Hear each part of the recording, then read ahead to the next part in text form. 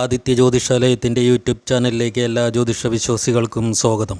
12 രാശിയിലുള്ള 27 നക്ഷത്രക്കാരുടെ ഈ ആഴ്ചത്തെ നക്ഷത്രഫലം. മേടക്കൂറ് അശ്വതി ഭരണി കാർത്തികയുടെ ആദ്യപാദം. തൊഴിൽ രംഗത്തു നിന്നുള്ള വരുമാനം വർദ്ധിക്കും. ആരോഗ്യം പൊതുവെ മെച്ചമാണെങ്കിലും ത്വക്ക് സംബന്ധമായ അസുഖം മൂലം മനോവിഷമമുണ്ടാവും. ഗൃഹോപകരണങ്ങൾ, കൗതുക വസ്തുക്കൾ എന്നിവ വാങ്ങുവാൻ സാധിക്കും. ബിസിനസ്സുകാർക്ക് പുതിയ മേഖലകളിലേക്ക് പ്രവേശിക്കുവാൻ പറ്റും. സാമ്പത്തികമായി നേട്ടമുണ്ടാവും. കാർഷിക മേഖല ശ്രേയസ്കരമായിരിക്കും. പഴകിയ ഭക്ഷണങ്ങൾ കഴിക്കുന്നത് മൂലം ഉദരരോഗങ്ങൾ പിടിപെടാം. കലാകായിക രംഗത്തുള്ളവർക്ക് മേന്മയുണ്ടാവും. നാൽക്കാലി വളർത്തൽ ലാഭകരമാവും. ഉദ്യോഗാർത്ഥികൾക്ക് പുതിയ ജോലിയിൽ പ്രവേശിക്കുവാൻ പറ്റും. വിദ്യാർത്ഥികൾക്ക് പഠനത്തിൽ മികവ് പുലർത്തുവാൻ സാധിക്കും. ദോഷപരിഹാരമായി ഗണപതി ക്ഷേത്രത്തിൽ അപ്പനിവേദ്യവും കറുകമാലയും നടത്തിക്കൊള്ളുക. ഇടവക്കൂറ് കാർത്തികമുക്കാൽ രോഹിണി മകീരത്തിൻ്റെ ആദ്യ പകുതി. കർമ്മരംഗം പൊതുവെ പുഷ്ടികരമായിരിക്കും. ഗവൺമെൻറ്റിൽ നിന്നുള്ള ആനുകൂല്യങ്ങൾ ലഭിക്കും. ബിസിനസ്സുകാർക്ക് സാമ്പത്തിക അഭിവൃദ്ധി ഉണ്ടാവും. കാർഷിക മേഖലയിലുള്ളവർക്ക് ചെറിയ നേട്ടം പ്രതീക്ഷിക്കാം. ധനകാര്യ മേഖലകളിൽ പ്രവർത്തിക്കുന്നവർക്ക് അഭിവൃദ്ധി ഉണ്ടാവും.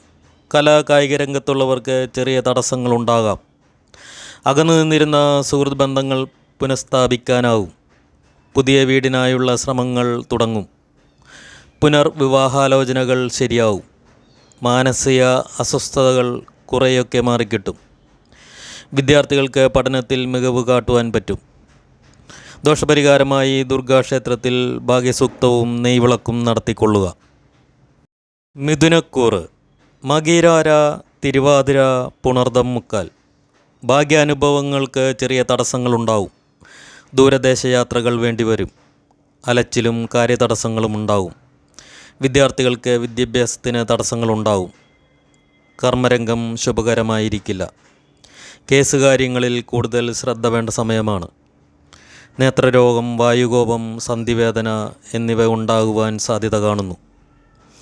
കാർഷികം, നാൽക്കാലി വളർത്തൽ, വസ്ത്രവ്യാപാരം ഇവ ലാഭകരമായിരിക്കും. ഉദ്യോഗാർത്ഥികൾക്ക് നല്ല അവസരങ്ങൾ വന്നു ചേരും. കലാകായിക രംഗത്തുള്ളവർക്ക് അഭീഷ്ടസിദ്ധി ഉണ്ടാവും. വളരെ കാലമായി ആഗ്രഹിച്ചിരുന്ന ചില കാര്യങ്ങൾ നേടിയെടുക്കുവാൻ സാധിക്കും. ദോഷപരിഹാരമായി ഹനുമാൻ സ്വാമിക്ക് അവൽ നിവേദ്യവും വടമാലയും നടത്തിക്കൊള്ളുക.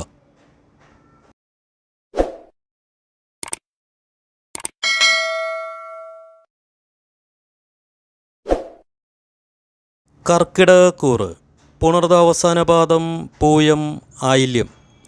വിദ്യാർത്ഥികൾ പഠനത്തിൽ മികവ് കാട്ടും. കലാകായിക രംഗത്തുള്ളവർക്ക് അഭിവൃദ്ധിയുണ്ടാവും. കാർഷിക രംഗത്തുള്ളവർക്കും സാമ്പത്തികമായി മേന്മയുണ്ടാവും.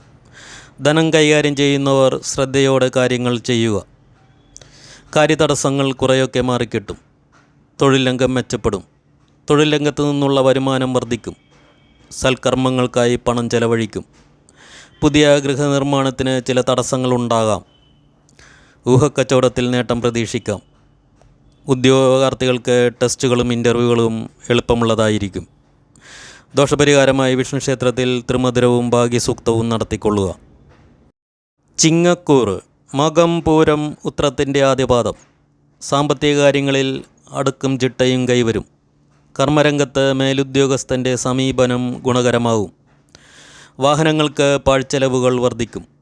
സാങ്കേതിക സ്ഥാപനത്തിലെ തൊഴിൽ തർക്കം അവസാനിക്കും. കടബാധ്യത തീർക്കുന്നതിന് സഹോദര സഹായം ലഭിക്കും. അവകാശ തർക്കത്തിൽ വിട്ടുവീഴ്ചയ്ക്ക് തയ്യാറാവും. കുബുദ്ധികളുടെ പ്രേരണയാൽ കരാർ പണി നഷ്ടപ്പെടുന്നതിന് സാധ്യത കാണുന്നു. കലാകായിക രംഗത്തുള്ളവർക്ക് മികവ് പുലർത്തുവാൻ സാധിക്കും. മാധ്യമരംഗത്ത് കരുത്തു കാട്ടുവാൻ പറ്റും. പുതിയ തൊഴിൽ സംരംഭത്തിനുള്ള തടസ്സം മാറിക്കിട്ടും. വാഹനമിടപാടിൽ കൈനഷ്ടത്തിന് സാധ്യത കാണുന്നു. ദോഷപരിഹാരമായി ദുർഗാക്ഷേത്രത്തിൽ നെയ്വിളക്കും ഭാഗ്യസൂക്തവും നടത്തിക്കൊള്ളുക. കന്നിക്കൂറ് ഉത്രം മുക്കാൽ, അത്തം, ചിത്തിരയുടെ ആദ്യ പകുതി. ഉദ്യോഗാർത്ഥികൾക്ക് അന്യദേശത്ത് ജോലിയിൽ പ്രവേശിക്കുവാൻ പറ്റും. സുഹൃത്തുക്കളിൽ നിന്ന് പലവിധത്തിൽ സഹായം ലഭിക്കും. കലാരംഗത്തുള്ളവർക്ക് പുതിയ അവസരങ്ങളും സാമ്പത്തിക നേട്ടവും ഉണ്ടാവും. ബിസിനസ്സുകാർക്ക് ലോണുകൾ അനുവദിച്ചു കിട്ടും. സാമ്പത്തികമായി നേട്ടവും പ്രതീക്ഷിക്കാം. കായിക രംഗത്തുള്ളവർക്ക് വിജയമുണ്ടാവും. കുടുംബജീവിതം സന്തോഷപ്രദമായിരിക്കും. സന്താനങ്ങൾ മൂലം അഭിമാനിക്കാവുന്ന അവസ്ഥകൾ വന്നു ചേരും. സർക്കാരിൽ നിന്ന് ലഭിക്കേണ്ട ആനുകൂല്യങ്ങൾ അനുവദിച്ചു കിട്ടും. കർമ്മരംഗം പുഷ്ടികരമായിരിക്കും. അവിചാരിതമായി ധാരാളം ധനം കൈവശം വന്നു ചേരും. ഭാഗ്യക്കുറി, ഊഹക്കച്ചവടം എന്നിവ മൂലം സാമ്പത്തിക നേട്ടം പ്രതീക്ഷിക്കാം. വിദ്യാർത്ഥികൾക്ക് പഠനത്തിൽ ഉത്സാഹം വർദ്ധിക്കും. പരീക്ഷകളിൽ ഉന്നത വിജയമുണ്ടാവും. ദോഷപരിഹാരമായി ശിവക്ഷേത്രത്തിൽ ധാര, മൃത്യുഞ്ജയ പുഷ്പാഞ്ജലി, കുവളമാല എന്നിവ നടത്തിക്കൊള്ളുക.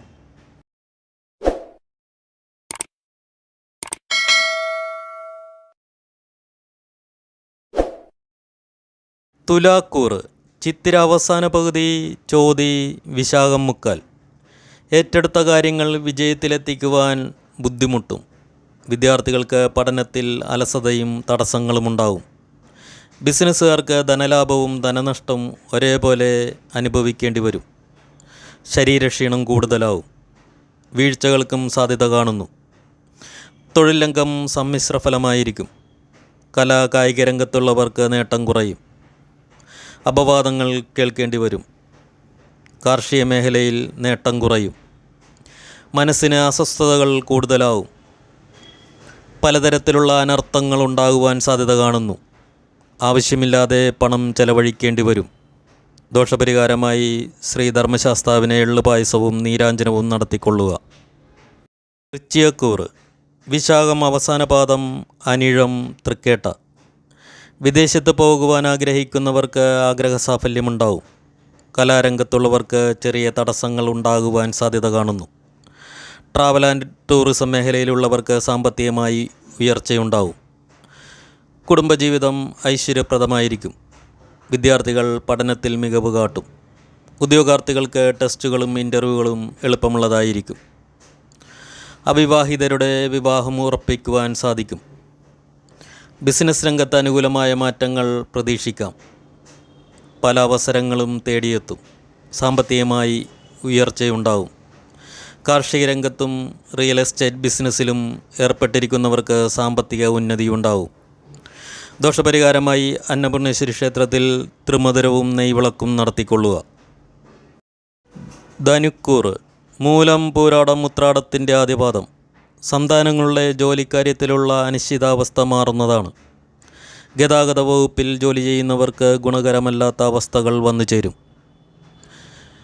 അനാവശ്യ ചെലവുകൾ നിയന്ത്രിക്കും. ദൂരദേശത്ത് പഴയ തൊഴിൽ സ്ഥാപനത്തിൽ നിന്നും പുതിയ പദവിക്ക് വാഗ്ദാനമുണ്ടാവും. കർമ്മരംഗത്ത് ശോഭിക്കുവാൻ സാധിക്കും.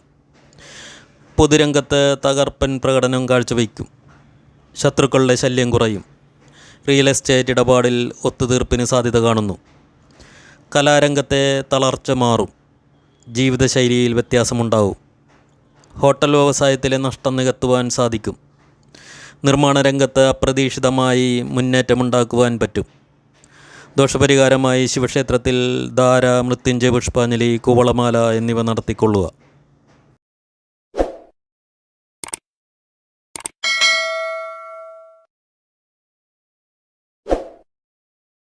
മകരക്കൂറ് ഉത്രാടം മുക്കാൽ, തിരുവോണം, ഔട്ടത്തിൻ്റെ ആദ്യ പകുതി.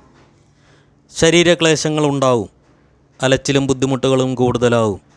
കുടുംബത്തിൽ കലഹത്തിന് സാധ്യത കാണുന്നു. കർമ്മരംഗം മെച്ചപ്പെടും. പുതിയ ധനാഗമങ്ങളുണ്ടാവും. വിദ്യാർത്ഥികൾക്ക് പഠനത്തിൽ മികവ് പുലർത്തുവാൻ സാധിക്കും. ഉദ്യോഗാർത്ഥികൾക്ക് തടസ്സങ്ങളും ക്ലേശങ്ങളും അനുഭവിക്കേണ്ടി വരും.